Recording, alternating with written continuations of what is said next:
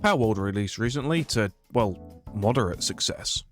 But with its widespread acclaim and popularity has also come controversy of different flavours. The debacle has been spinned as Pokémon fans crying that their precious franchise now has competition with heart and soul that is threatening the future of the franchise, which is flat out false. Pokémon has always had competition in the creature collecting or monster taming genre because it wasn't the first to do it.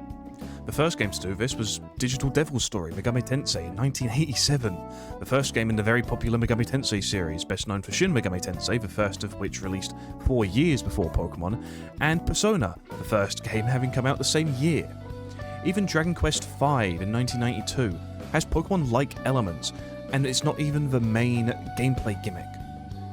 Now, it is worth noting that neither of these games released in the West until long after the start of Pokemon's 4th generation, so it's understandable that many people are unaware that these games have come out before Pokemon.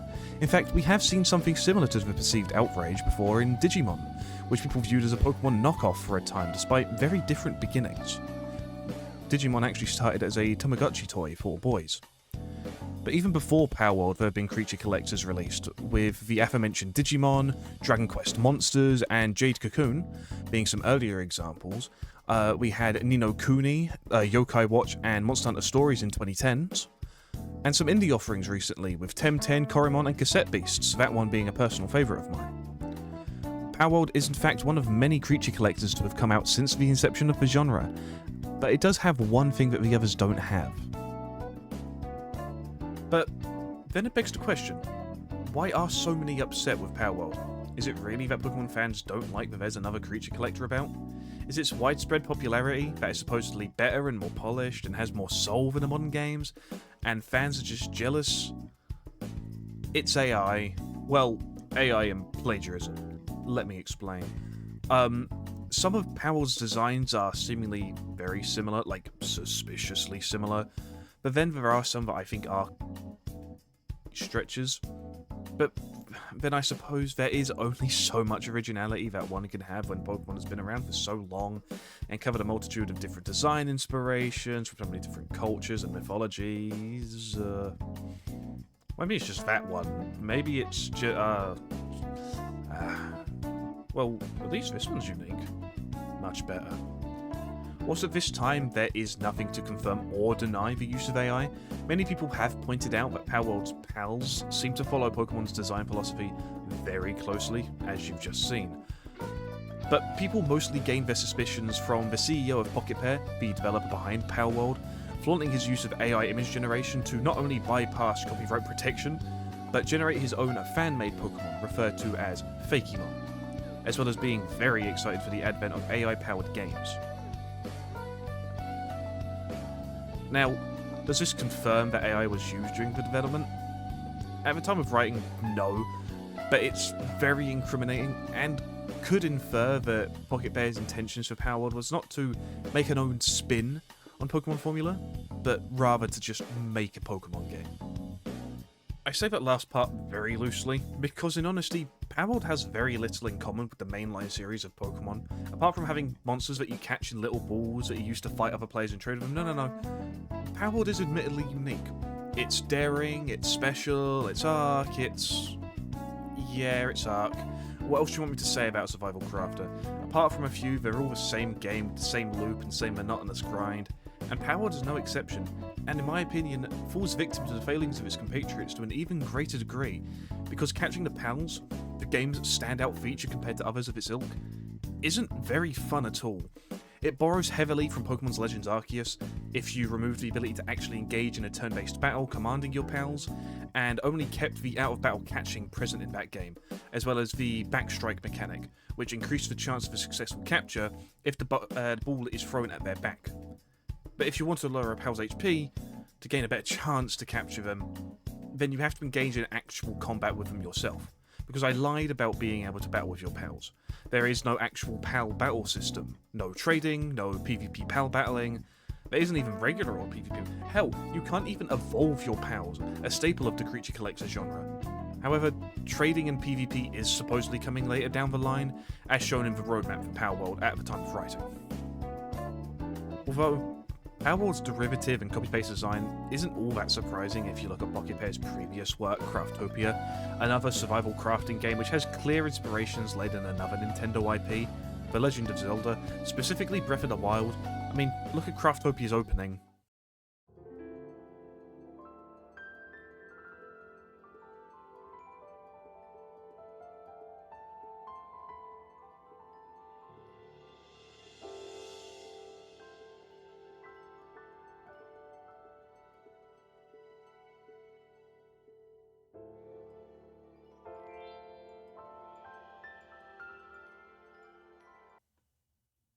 Then compare it to Breath of the Wild's opening.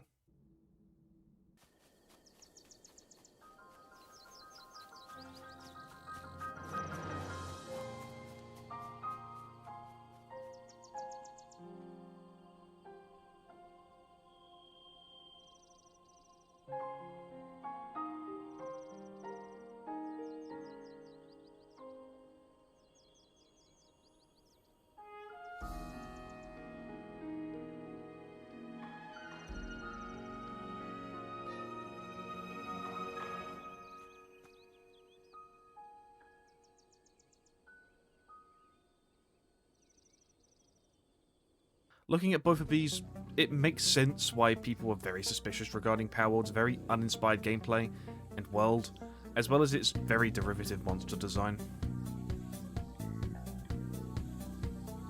Another thing that irks me in regards to Palworld isn't its bland world, its half-baked selling point, or its uninspired designs. It's the game's devotion to trying to be a grown-up take on the genre without doing much at all to be particularly mature. Like giving a monkey an AK-47 or shooting a penguin out of a rocket launcher. The thought is certainly amusing, but just as a thought. But it's a large part of the bond that you share with your pals. Each one has a unique upgrade that you can make, which has a variety of effects. As mentioned, you have the AK-47 or the bazooka, as well as a variety of saddles for most of the monsters, but many of their skills are just open carry a firearm like any God-fearing American. That's not what I'm really referring to when I mean grown up in air quotes though. The base building aspect of Palworld lets you put your pals to work and utilise their skills to plant and water and cook food, mine stone, cut trees, and even help you craft. But as you reach the late game, crafting takes longer, you need to cook more food, your pals are constantly stressed and need more breaks, leading to the camp becoming inefficient, which you can remedy by making more spars, or you can do something that the game somewhat incentivizes you to do by having a massive conga line of pals ready to take the next spot when one is overworked. Which, you should have many spare pals if you've been catching 10 of each to grind XP, so what you can do is overwork one pal, stick them in the box, throw out of the next one, rinse and repeat. Or, you could just butcher any pals that you don't need food, which is a bit much. It just feels like the game incentivizes the player to treat their pals as tools to be used, rather than get attached to their designs and personalities.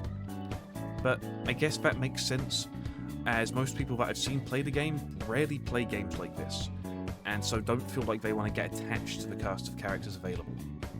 I want to return to how fans of Palworld and people who have become disgruntled with Pokemon series have been saying that this game should be a warning to the Pokemon Company on how soul and polish is so important to the game's success, and that Palworld is coming for Pokemon's crown. To which I say, where's the polish? I mean that with no offense, but the game is in early access, the game's janky, and has a lot of issues to iron out.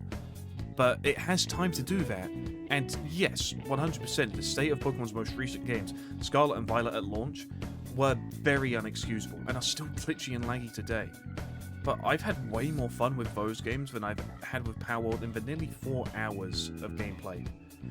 Granted, I would have played more, up until the first tower in fact, but my game's install managed to corrupt itself, and I'll be honest, I have no interest in reinstalling it to finish it, and I don't feel like that's going to change in its current state. And a comment on Palworld sales, Palworld has sold phenomenally well, 8 million sales at the time of recording, really is commendable.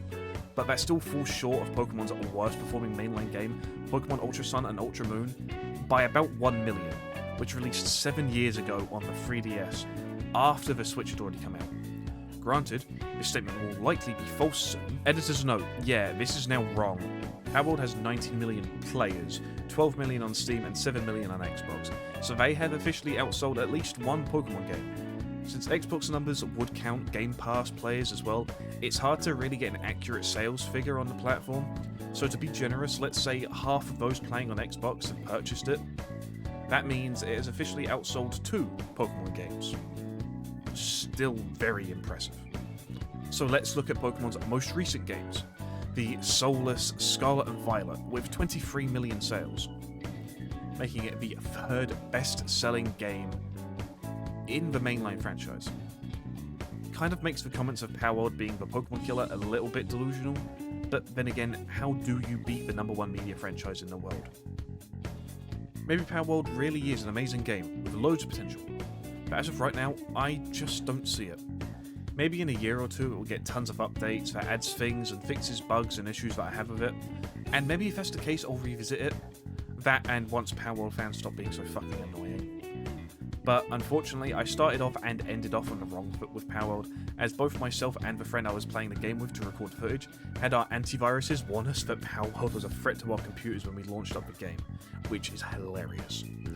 And then the game managed to corrupt its own files, which isn't as hilarious.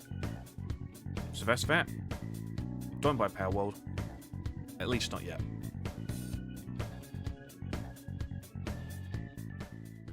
Please subscribe. Please.